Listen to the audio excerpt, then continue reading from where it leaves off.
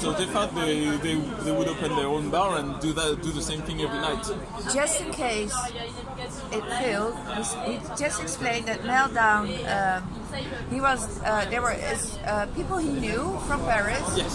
They opened a bar after they had organized Warcraft tournaments for several times in just local bars, no esports bars. Yep. And then they thought we might as well open an esports bar because it's so successful. So please continue. And they opened the first one in Paris, and it was quite small.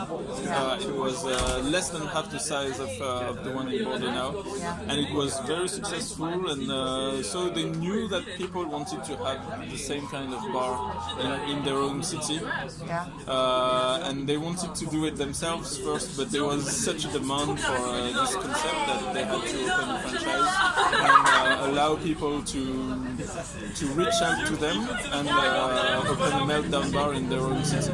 Okay, so it's actually a French initiative. It is a French I thought initiative, it was yes. English. No, It's French. It's French, yeah. So that sucks because my next question was, how far can you call this a French bar? Because I thought it was English.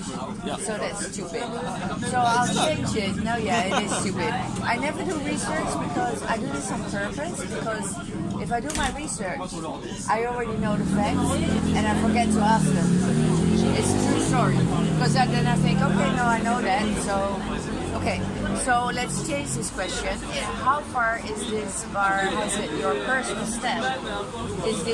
How much of this bar is Laurent? It's actually quite a lot because besides running the bar day to day, it used to be a restaurant before, and since we found the location, I've been involved 100% of the time in refurbishments and decoration and equipment and everything. So from the inception of Meltdown Bordeaux until now, almost 3 years into the bar, I've been there since the beginning. Yeah, but don't you have it like you have to have the same colors, Meltdown colors, Meltdown chairs? Yeah. Well, we need to. You have to have an identity. Yes. Yeah. Across all the bars. So we have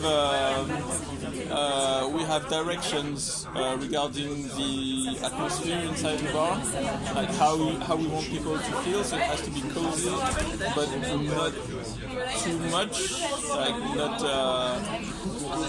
not too uptight, I would say. It has to feel very lively. The way I want people to feel in the bar, it's like in the sports bar. Like if you go to a pub and you want to watch football or rugby or such, it's going to be noisy, it's going to be crowded, people are going to be having fun, they're going to shout whenever there is a goal or something like that, and it's the kind of atmosphere I wanted to have in the bar here, and that's why we usually during the tournaments we have casters. They comment the tournament live, so anything that's happening on the screen, you have commentaries at the same time, and you have people all across the bar that they are able to follow up on the tournament because we have the main event of the night is being broadcasted all across the bar. We have several TVs that are showing the tournament, and people are following along, drinking a beer or a cocktail and watching the tournament. Or we have the international at the same time on stream on one TV, so we have people looking at data as well. And it's a Friday night. It's usually crowded, and it's about the atmosphere that I wanted to have in the bar, and I think I've quite managed to do that so far. Yeah, I think so too. We'll film it later, of course, and also we do the Saturday night. Is that busier than today? It's even busier. Woman. Is Meltdown? Is it the only esports bar in Bordeaux? There is another one that opened about a year ago. So we spent about 2 years on our own, and then we have some competition now. So are you competitors? Are you working together? Are they near, or are they like, because Bordeaux is huge on the other side? It's not that big. I just got lost. Okay, no surprise. Yeah, but you don't know the city. Yeah, it's but about also 20 minutes walk from here, and I don't know. They never reached out to me, so we don't have much contact together. And I have plenty to do with the franchise and with all the other bars. Yeah. So usually when we want to play a game of League of Legends or Overwatch, we favor other meltdowns. Okay. So meltdowns in other countries or cities, there's no competition? Because you're going to have to, if you win on the 8th, you're going to have to play Meltdown London. Yeah, that's right. So is there any competition there? There is competition. In a good way, in a positive way. We do exhibition games almost every week. Yeah. And then several times a year, I think 3 or 4 times every year, we have a big tournament across all the meltdowns, which is called Meltdown City Clash, Yeah. which runs for about 3 months every time, and it changes game every edition. So the last one was on Overwatch. It was at the beginning of the year. All the kissing guys, really. It was at the beginning of this year, Yeah. and unfortunately we were eliminated. I think on the second round. We own the title for League of Legends since last year, so we won the last League of Legends tournaments. Okay. And the next City Clash is supposed to begin in September or October, and it should be League of Legends. So we will be So that will be a nice free. the title owner. Yes. Yeah, that's nice. And that's usually the kind of tournaments where we have good teams, and sometimes you have professional players when they're around in their Yeah. city. They come and take part in this kind of Is that fair? Well, we're supposed to we're supposed to have Smile. customers. Is that fair? Well, we have Soas, for example, is a Fanatics player, Yeah. and he did play a few games for us. Yeah. Well, the rule of the tournament is stating that you have to have your customers play for the tournament. Well, But technically, then he's he's a customer. He's a customer. He comes So here for is drinks. this a French trick or does everybody? No, it's not. Well, anywhere you are, if you have professional players in your city, they are allowed to play in the competition. For example, there is Budapest in Hungary. Yeah. They have a resident professional Counter-Strike team in the bar. So it's a team that actually comes every week and train at the bar. And Okay, but it is somewhat different. But let's. Well, it's still customers. Yeah. Laurent, okay. Listen, different question. You don't have to answer it, but it's just for information. I would figure that if this was your own bar, you would earn more. But because it's a franchise, do you have to? I don't need to know figures, but how does it work? It's fine. Is there like a part of the profit you have to pay the head of Meltdown? It's the same for every franchise. So you have to pay to be allowed to use the brand and the services and the marketing stuff. And the events as well, so we're allowed to take part in the Meltdown City Clash and such events, and we benefit from the sponsors as well. Okay, so it's a two-way big package. Okay, so all in all, you break even, like if it was your own bar. It's a good thing because you're part of a network, and being on your own is interesting because you're free to do anything you want. But being part of a network like Meltdown is a good thing because it's not just one brain working. It's like a lot of bars, and we benefit from all the good ideas of all the bars, and we pull everything together and have good ideas to share with the others. Yeah, makes sense. What was the other question? Because you say he has a tattoo. I'm not here. Hi. He has a tattoo. Like it's this hard rock dude, and behind me are some more hard rock Motorhead dudes. Like there's a lot of them. There's a lot of them. I noticed. Like in Sweden, there was a lot of. It was like a motor gang bar with tattoos and beers and stuff. And this is like a hard rock bar. Is that because you love hard rock and you attract your friends? I do. Is it because coincidentally a lot of hard rock players love esports? It's a good question. I think it's a little bit of both. Okay. Like I've noticed that in esports in general, people like a lot of metal or hard rock music or electronic music. Yeah. It's a lot of both. Yeah. And so I think the esports community is fond of extreme musics. And for the specific example of my own bar, it's usually because I put my own music, and then people come inside and they're like, "Oh, I like that." Yeah. Okay, yeah. So, and either they start listening to what I listen because they discover it in the bar, or it's their own music. It's the music they like to listen, and they come more often because of the music. Aren't you afraid that you're excluding customers who don't like your kind of music? Well, it's usually the staff member who is working who chooses the music. Okay. So when it's me, it's usually hard rock or metal. And we have some staff members, they listen to EDM, electronic music, dubstep, trap, etc. Some others, they like pop music, pop rock, indie rock. So you get a whole different... Yeah, depending on who's working, Yeah. it's different musical atmosphere. Okay, listen. Do you notice a different kind of clients when the dubstep person is working behind the bar or that when you work behind the bar? Because that would attract. No, not really. No. No, but they like either type of music. But people can't know what music is playing before they come to the bar. So they just come inside and like, oh, it's dubstep, okay. No, but like if this person so and so always works on Wednesday and he's the dubstep guy I on see. Wednesday. I'm not sure. I'm not sure because It's interesting though.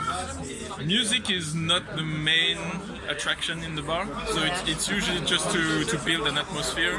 So it's not just people shouting and Yeah, I get it. sounds inside. So it's more of a mood builder instead of just having people come in the bar and listen to music and drink something. So I think it's rather background music than something that people would come to listen to. Get it. I've been here for like 2 hours now, -1 because I got lost, so 1 hour. And watching around a little bit inside, most of it outside, and it strikes me that not all the people that come here are actually esport or gamers. They just, yay, terrace, I'm thirsty, sit down. Am I right about that? We have a lot of regular customers that actually don't play any game. They just come because they like the bar, they like the atmosphere, they like the staff as well. So I like to think so. Yeah, sure. Otherwise, if I don't like the stuff, I don't come. I hope so. No, then you don't come. So yeah, we have pretty much, I wouldn't say half and half, but it's very close. So we have some customers that come specifically to attend the tournaments that we organize every day. So tonight, for example, we have Street Fighter 5 and Tekken 7. So it's a versus fighting night tonight. And we have people inside that came specifically to take part in this tournament. And you have people that actually come and have some drinks and sit down with their friends and spend some time together. And they actually never play any tournament in the bar. They just like the bar. Yeah. And how it And you have people who actually do both. Yeah. So it's not only one or only the other. Yeah. So we have a very various type of customers. Not a question, but what time are we on? Okay, it's like 8 more minutes. You've lived in London. There is a Meltdown London. There is. What's the difference? Because what I found is in each, I've seen 20 countries now. No, not now, but at the end of the tour, 18 now. Is what I find is that culture is a big thing in how you run your bar. For instance, the guy in Lisbon, he wanted to make it like home, but not too much, because then people put their feet on the couch, they get sloppy, they don't clean anything and stuff like that. While the other person in Milan, he wants it to feel like home. Like home. So there's a cultural thing where, and so how would the London Meltdown bar being English differ from your meltdown, or is that too difficult? Have you ever been there? Yeah, I've been London? there. I've been there on the opening night actually. Okay, so how can a country define a bar? That's basically my question. Well- and since you've lived in both countries, you are the expert. I don't think so, but Just I listen know a to little bit Laurent. of both. Yeah. I would yeah. say each meltdown takes a big page from how the other bars behave in the same city. Yeah. So you don't want to bring a bar that would be very very different from what people are used to, because they will feel a bit awkward. Yeah. So, for example, in Bordeaux, I know that people are very laid back and they're quite used to pubs, because we have a lot of pubs in the center of Bordeaux. So it is quite similar to English pubs actually. Yeah. So it's very lively, it's very noisy inside. People are very comfortable with each other. It's not uptight like, for example, a very formal cocktail bar. Yeah. A lounge bar where you would pay a lot for one drink actually. So you just come inside and it's very noisy. You bring your friends or you meet people in there that you've never met before. But because it's an esports bar, you know that a lot of people in the place are going to share the same hobby as you do. Yeah. So it's very very easy. It's easier than in the other bars to get to know people that you've never met before.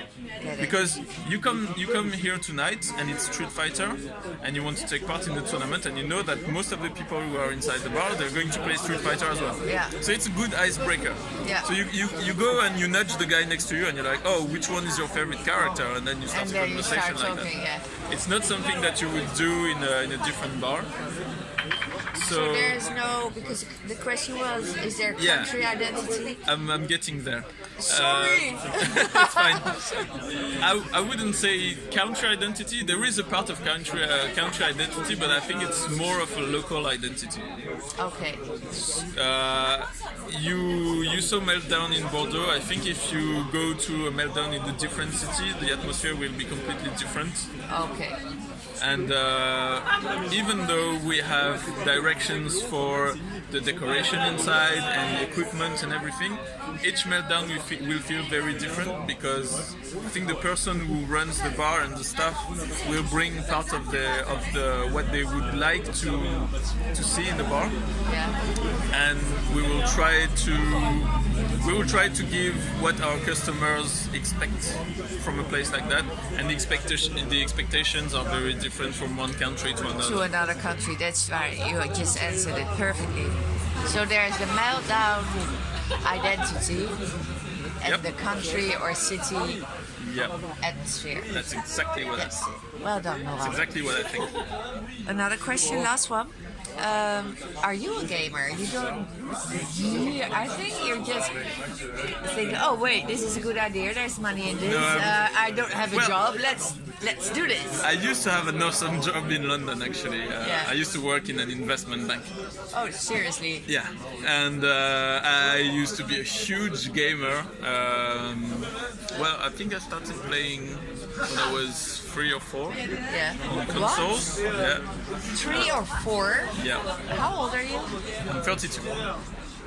Yeah, so it's almost 30 years. I've started on consoles, Sega, Nintendo, and then I got my first PC when I was 13. Started playing Counter-Strike, and I've played Counter-Strike for about, I'd say, 12 or 13 years. After Counter-Strike, I've been a very intensive World of Warcraft gamer until 2011-ish. And then I had too much work, so I had to stop playing World of Warcraft. But I've been in and out of gaming every now and then. So periodically, I get back into it and like play for like 10 hours on one day, Yeah.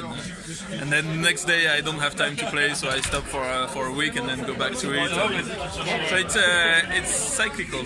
And since the bar is open, I've had very little free time, so I play by proxy. Yeah. Basically, when people come here and they play, I watch them play, and when there is a new game, I ask all the customers, "Oh, did you play this game? Did you play this game?" So there's like, at the moment, the big thing is player unknown. Yeah. Player unknown battleground. It's a battle royale type game, and there's a lot of customers that actually play the game, and I get to watch them play the game. I get to hear them talk about the game, but I don't have time to But play you it. never get to So I know the game in and out, but I've never actually played it. So it's a bit That weird. sucks, actually. Yeah, but I think I'm gonna make some time to actually Yeah, try and because play. you say you don't close during the holidays. Are you here like 24/7 every? I'm here most days. I'd say five days a week. Okay, so you do have a weekend. We're closed on Sunday, and I'm off on Monday. I know. Yeah, you've been here. I was here. I wasn't here. Another question. We can do that. Yeah, we can. It's 20 minutes. Shit. What was it? Anything. No, it was a good Ask away. question. Oh, bloody hell. Let me ask you a question. Yeah. So, Shoot. how did you? Where did the idea of an esports team road trip come from? Being bored actually with what I was doing. Okay. I have a website, but I'm completely new at esports. I knew nothing. All right. I am a copywriter, and I got an assignment to write 40,000 words on esports. So I had to do a lot of research and stuff. So then I got to know it, and then So it's like in real life theory- research. Yeah. No, yeah, I got to know it in theory, and what struck me that there were no good websites on esports. It's about a team or a game, and that's it. Yeah. So I made my own website, and then I started going into esports. Loved the world. What I love about it is that anything is still possible, because there's still very little rules. It's very new. Yeah, so I love that. And it's kind of magical. And then I have my website, and I went to my first LAN tournament. You know, where is the dog? So I was a esports virgin. And then I thought, you know nothing. Just go out and find out what it's like, because that's the best way. So here I am, basically, in short, that's it. It's a good way to get to know the. It's not a shot. No, I don't think so. It's just the garbage truck. You just said Bordeaux is really laid back, but there was this shot and there was this police car. No, it's not. No, it's because the police station is not very far from here, so they usually just zoom past the bar. I get it. Oh, yeah, that's it. Do you, two more short ones. Okay. First one, do you have a university degree? Like almost all seem to have like a high degree. Yeah, I have a degree in finance. Oh! Yeah. Okay, noted. And then the other question is, why did you give up your well-paid job in London to start an esports bar in Bordeaux? Okay, you miss France and your family and the blah blah blah blah, but you know, you would have There's started. several reasons. Yeah. The first one is I knew the people who started the Meltdown network, Yeah.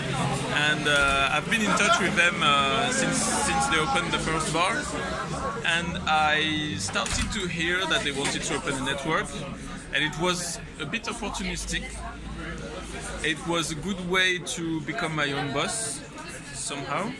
So I worked in a bar and in a nightclub when I was a student. Yeah. So I had a little bit of experience in this industry. So it was a good way to actually leverage that experience from my students here. I was getting a bit bored of banking, which is about the same reason as you for starting the road trip. So I needed something new.